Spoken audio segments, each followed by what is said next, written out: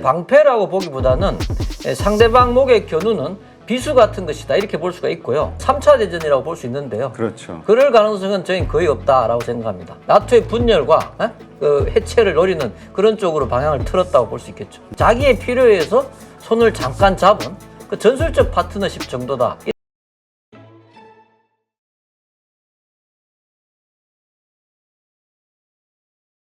오늘 모신 분은 지중해 전쟁사 책의 저자시죠. 김시열 작가님이십니다. 안녕하세요. 안녕하십니까. 자, 지금 러시아와 우크라이나의 전쟁이 언제 종전될 것이냐 이런 이야기 하다가 이거 아무래도 좀 쉽지 않겠다 이런 분위기가 자꾸 만들어지는데 네, 맞습니다. 요즘 더 나아가서 네. 이 우크라이나뿐만이 아니라 유럽 전체로 이 전선을 확대하는 거 아니냐는 의심 섞인 시각이 생기도록 러시아가 자꾸 행동을 한다 이런 시각들이 있더라고요. 네, 그런 사건들이 벌어지고 있죠. 네, 일단 그 중에 하나가 네. 보니까 러시아 칼리닝그라드에 건설 중인 초대형 레이더 기지 이게 나토 통신 감청까지 가능하다 뭐 이런 분석이 있던데 설명 좀 해주시죠. 예. 그 러시아가 지금 칼리닝그라드에 짓는 그 거대한 레이더 이게 이제 결론부터 말씀드리면 방어의 탈을 쓴 아주 날카로운 공격용 비수라고 볼 수 있습니다. 아, 그래요? 예. 그래서 이걸 이해하려면 러시아의 깊은 그 역사적 트라우마를 알아야 되거든요. 그래서 러시아는 역사적으로 나폴레옹하고 히틀러에게 이제 서쪽에서 침공을 당했습니다. 그래서 스탈린이 2차 대전 후에 동유럽의 거대한 완충지대를 만들었지 않습니까? 예, 그래서 이것은 다시는 서방으로부터 침공당하지 않겠다는 그런 생각이 바로 러시아의 오래된 그 고정관념이다 이렇게 네. 볼 수 있고요. 푸틴 대통령도 마찬가지입니다. 자, 지금 나토의 그 동진을 수십 년간 벌어졌는데 이것을 러시아 침공의 서곡으로 보고요. 지금 우크라이나 사태는 그 서방의 공격 의지가 드러난 정상일 뿐이다. 이렇게 이제 생각하는 것 같습니다. 그런데 이런 그 와중에 지금 이제 유럽 연합 그쪽에서 그 의지의 연합이라고 하죠. 네. 그 26개국이 이 러우 전쟁 후 서방 연합군을 3만 명을 투입한다고 결정을 했습니다. 그러니까 러시아로서는 뭐 최악의 시나리오가 현실이 됐다라고 네. 느끼고 있는 거죠. 자, 바로 이런 그 역사적 공포가 바로 칼리닝그라드 레이더로 나타난 것이다. 이렇게 저는 생각합니다. 스탈린이 네. 그 탱크로 철의 장막을 쳤다면 푸틴은 정보의 장막을 쳤다라고 볼 수 있고요. 자, 이 레이더의 기능을 하나씩 한번 따져보겠습니다. 네, 그러게 이게 좀 궁금해지네요. 예, 첫째가 이제 미사일 조기 경보 기능입니다. 미사일 막는 거죠. 이건 누가 봐도 방어용입니다. 그런데 둘째가 나토의 통신 감청 기능부터는 완전히 얘기가 달라지거든요. 그래서 상대의 계획을 미리 엿보고 선제 타격도 가능하게 되는 겁니다. 그러니까 이것은 공격적이라고 봐야겠죠. 네. 그리고 셋째로 핵 잠수함 통신 기능이 되게 중요합니다. 우리 잠수함을 뭐 지키는 방어 목적도 있겠지만 필요시에는 공격 명령을 내릴 수 있기 때문에 이것도 양면성이 있다고 볼 수 있겠죠. 마지막으로 중요한데 이게 전자적 기능이 있습니다. 이건 뭐냐면 상대의 통신망을 마비시키는 기능까지 가능하거든요. 이건 거의 뭐 100% 공격용 무기다 이렇게 볼 수가 있고요. 이렇게 기능들을 종합해 봤을 때 그 순수한 방어 목적보다는 상대를 보고 무력화를 시키는 그런 공격적인 성향이 훨씬 더 강하다 이렇게 볼 수가 있고요. 우리가 유럽 지도를 한번 떠올리시면 좋은데요. 이 레이더 영향권 안에는 베를린, 파리, 런던 그러니까 우리가 생각하는 유럽의 심장부가 다 들어가 있죠. 네. 그래서 유럽 바닥 전체를 대륙 전체를 손바닥에 올려놓고 감시하겠다는 뜻이라고 볼 수 있습니다. 자, 결론적으로 이 레이더는 러시아의 그 역사적인 공포심에 대한 방어적 조치이면서 동시에 최고의 방어는 선제 공격이라는 그런 생각으로 만든 공격용 무기다라고 생각하고 있습니다. 아, 그렇군요. 이 보니까 이것도 밝혀진 게 토치니라고 예, 맞습니다. 네, 이 오픈소스 정보 분석 그룹 예, 네, 러우 전쟁을 추적하는 예. 네, 이쪽에서 이제 처음 공개했는데 근데 글쎄요, 이게 전례 없는 군사 프로젝트라고 평가할 만큼 이게 우리 직접적으로 막 공격하는 무기는 아니다 보니까 네. 그런 의미까지 부여할 필요가 있을까라고 생각하는 분도 있을 것 같아요. 뭐 지금 이런 질문들을 많이 하실 수 있습니다.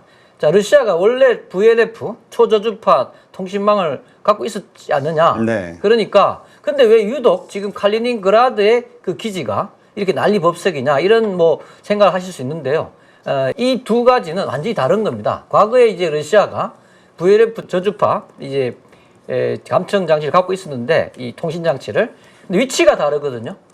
옛날에 있던 기지들은 네. 그 러시아 땅 깊숙한 곳, 그 북극해 쪽에 콜라반도 같은 곳에 있었는데요. 이것은 이제 말 그대로 자기 집을 지키는 방패 같은 그런 위치였다 이렇게 볼 수가 있습니다. 근데 칼리닝그라드는 지도를 보시면 아시겠지만 바로 유럽의 심장부, 그죠? 나토 중심부 있는 그런 위치입니다. 네. 이것은 이제 방패라고 보기보다는 상대방 목에 겨누는 비수 같은 것이다 이렇게 볼 수가 있고요.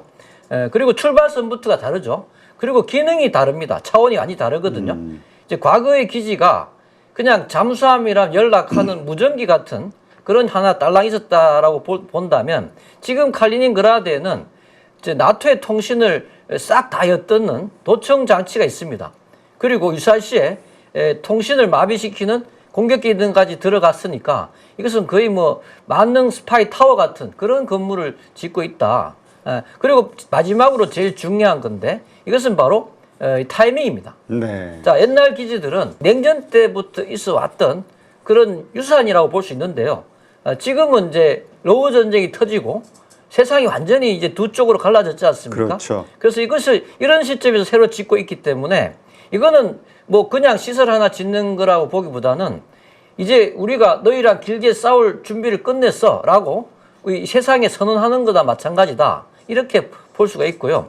정리를 해보자면 이 칼리닝그라드 기지는 이제 첫째 위험한 위치에 있고요. 네. 그 다음에 무서운 기능들을 꾹꾹 눌러 담았습니다. 그리고 최악의 타이밍에 짓고 있다는 그런 세 가지가 합쳐지니까 과거에 그 러시아가 갖고 있던 VLF 기지와는 비교도 안 되는 위협으로 다가오고 있다 이렇게 보시면 되겠습니다. 네, 이 칼리닝그라드 이 위치를 보니까 이 폴란드하고 리투아니아 그 사이에 있습니다. 예, 사이에 이 맞습니다. 러시아 땅입니까? 원래는 과거에 이제 독일 땅이었는데요. 2차 대전 때 이제 러시아가 자기 땅으로 한 겁니다. 예. 그렇군요. 네. 그래서 그런지 하여튼 이 독일까지도 그렇고 이 유럽, 서유럽 이렇게 전체를 다 커버할 수 커버를 있죠. 하고 예, 있네요. 맞습니다. 예. 그 위치가. 자, 근데 그래서 이번 이거에 대해서 무슨 아마겟돈이라는 이야기들이 예. 용어가 나오네요. 러시아의 아마겟돈 전쟁. 이게 성경에 나오는 어떤 최후의 지구 멸망 뭐죠? 뭐 그런 것 같은데. 예, 최후의 전쟁이죠. 네, 최후의 예, 전쟁. 예. 이렇게 표현하는 이유가 있습니까? 자, 이거는 이제 일단은 그 발언자가 우크라이나 국방장관이 얘기했거든요. 네. 그러니까 이제 뭐 저는 그런데 그런 정도라면 3차 대전이라고 볼 수 있는데요. 그렇죠. 그럴 가능성은 저희는 거의 없다라고 생각합니다. 자, 그러니까 그 3차 대전이라는 그런 일이 벌어지지 않는다면 어떤 상황이 전개될 것이냐 하는 건데요. 저는 아주 길고 지루한 신냉전이 진행될 것이다. 이렇게 보고요. 자, 이런 상태에서 이제 우리가 뭘 해야 될지 그런 이제 핵심을 짚어본다면요. 첫 번째는 외교입니다. 외교적으로 이제부터는 우리가 강대국들 눈치 보지 말고요. 끌려다니지 말아야 됩니다. 그리고 먼저 판을 짜는 설계자가 돼야 한다. 이렇게 생각합니다. 그래서 우리가 기본적으로는 한미동맹을 바탕으로 미래의 그 평화라는 큰 그림을 그리고 미국과 러시아가 우리 없이는 그 이 판을 짤 수 없게 만드는 거죠. 자, 둘째는 국방인데요.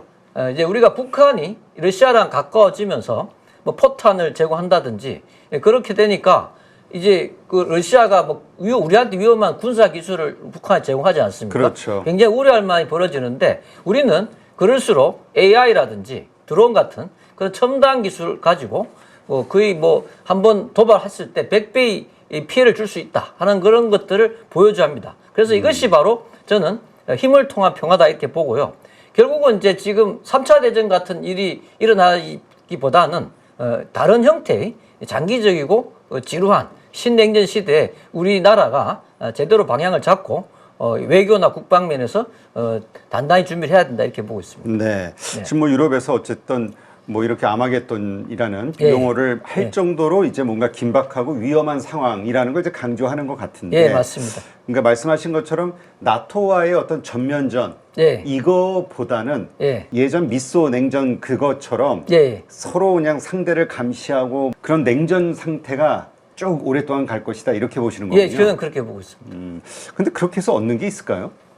그 일단은 이제 패권을 유지하기 위해서 미국이 중국에 대한 도전을 그런 제압하는 것이 신냉전의 가장 큰 어떤 핵심이다 이렇게 보시면 되겠습니다. 네. 근데 미국은 중국에 대해서 그럴 것 같은데 이제 이 러시아 같은 경우는 이렇게 엄청난 것을 비용을 써가면서 이걸 어디에 쓸 것이냐. 그러니까 러시아는 이미 미국이나 아니면은 뭐 중국에게도 견줄 만한 나라는 아니잖아요. 이제 많이 맞습니다. 약해져. 근데 러시아는 요번에 아까 말씀드렸던 것처럼 그 의지의 연합이 우크라이나라는 그 어떤 중립 지역이 돼야 될 그 지역에 전후에 3만 명의 유럽 방위군을 파견하기로 결정했지 않습니까? 네, 명백한 그렇죠. 이제 적대적 그 의사를 확인했다.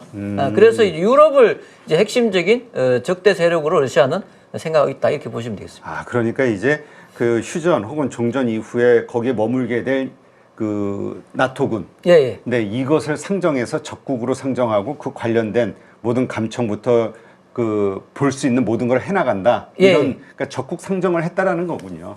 오히려 그런 측면보다는 그거는 현상적인 측면이고 근본적으로 칼리닝그라드 기지를 동원해서 뭐 정보전이나 전자전 이런 걸 하려고 하는 거는 저는 이제 나토를 분열시키고 와해시키려고 하는 이 분열시켜서 각계격파하겠다.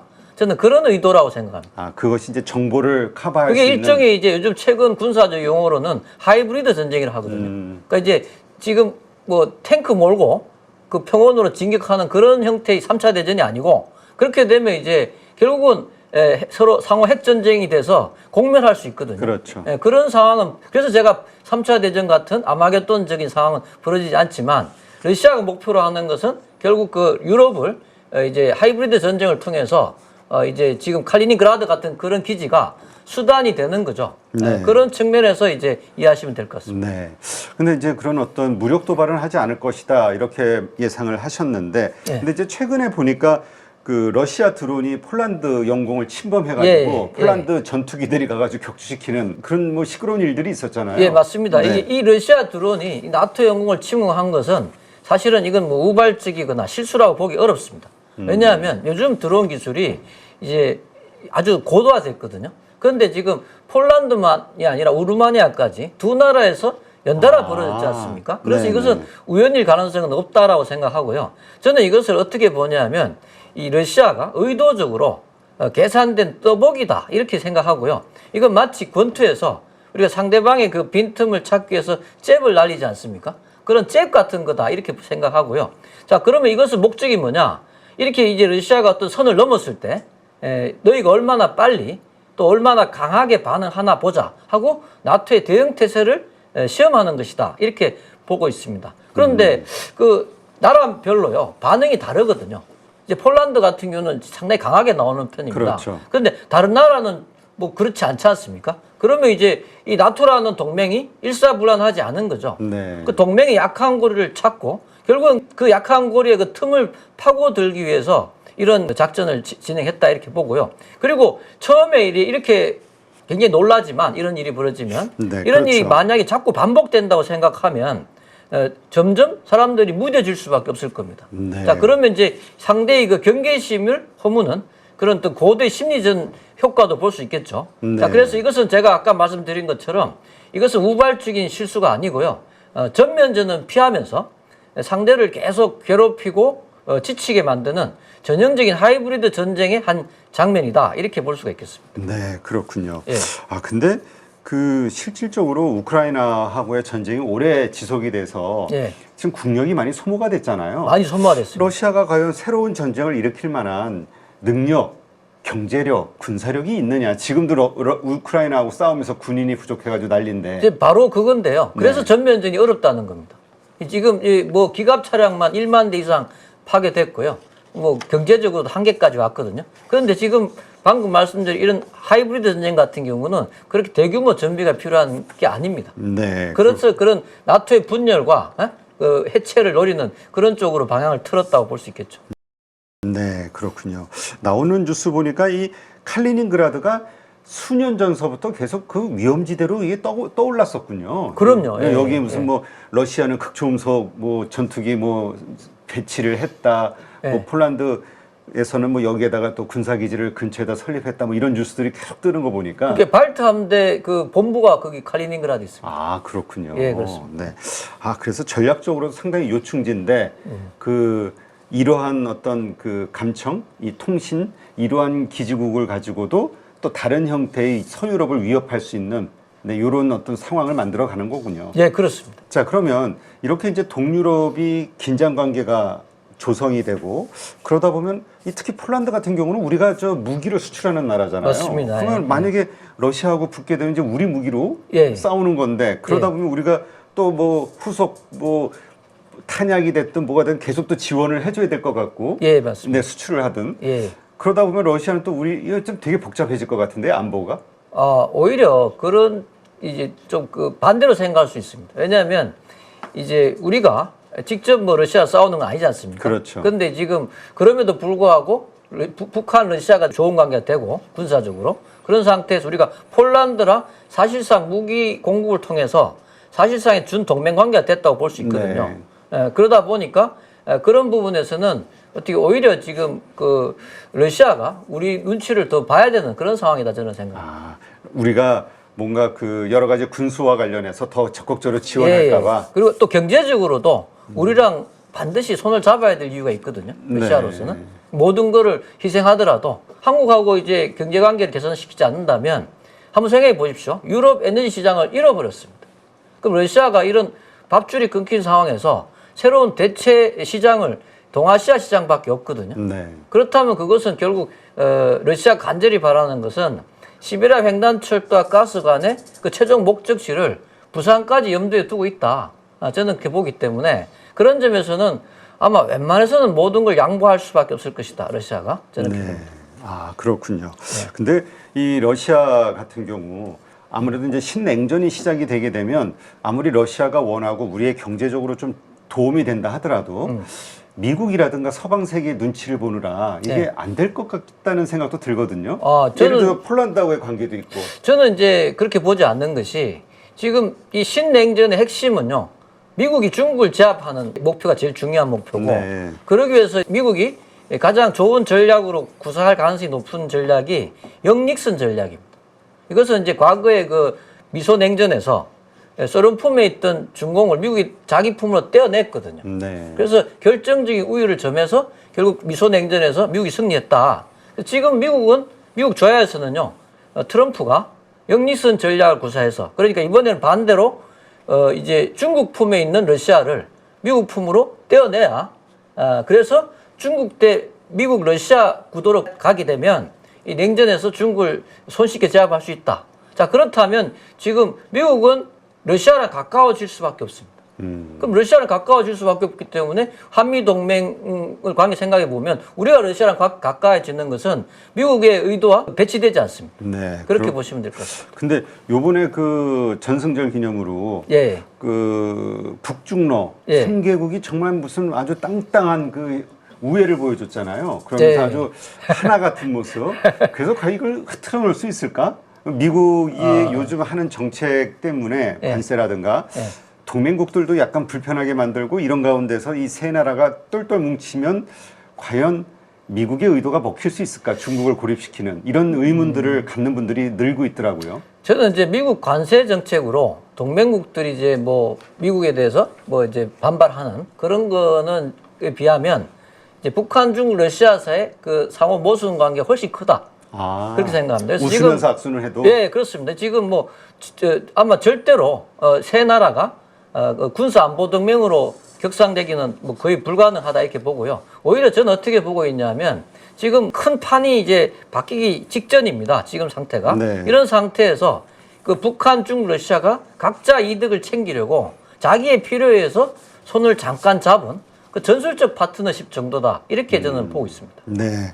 그렇다면 일각에서 북한이 우리에게 원하는 게 없다. 미국에게. 왜냐면 지금 경제적으로 러시아나 중국에서 어느 정도 이렇게 지원받기 때문에 이런 시각, 이거는 좀 잘못됐다. 이렇게 보시는 거군요. 아니, 북한은 이제 경제적으로 이제 문제 없는 게 아니라 이제 굉장히 큰 문제에 봉착해 있죠. 어렵다. 왜냐하면 과거에 중국이 그렇게 지원했는데 지금 러시아랑 손을 잡았지 않습니까? 그래서 지금 굉장히 어려워져서 이번에 전성절 가서도 경제 그 관료들만 데리고 갔다고 하거든요. 북한은 중국한테 사실은 다시 또 손을 벌리는 그런 입장이고 저는 북한이 궁극적으로 경제 문제를 해결하려면 미국과 접근하는 수밖에 없습니다. 네. 자, 그런 차원에서 보면 북한이 지금 그 겉으로는 지금 큰 소리 치지만 속으로는 지금 누구보다도 더 이런 그 큰 빅딜을 원하고 있지 않느냐 이렇게 생각합니다. 그렇다면 그 이 러시아의 이 아마겟돈 전쟁을 준비하는 네. 이 러시아 이렇게 표현이 되는데 이 러시아는 이 아마겟돈 이라고 표현되는 전쟁과 관련된 어떤 이런 그 분위기는 이 나토를 포함한 이 유럽에만 그치는 것일까? 아니면은 그 뭐 북한도 동맹 국가니까 서로 이런 어떤 전 세계 뭐 이런 아시아까지도 넘어가는 이런 그림을 그리고 있는 걸까 궁금해지거든요. 뭐 아까도 말씀드렸지만 러시아의 아마겟돈은 뭐 부적절한 표현인 것 같고요. 아마겟돈은 이제 우크라이나 국방장관의 한 표현이고 러시아는 아마겟돈 3차 대전을 일으킬 생각이 전혀 없고요.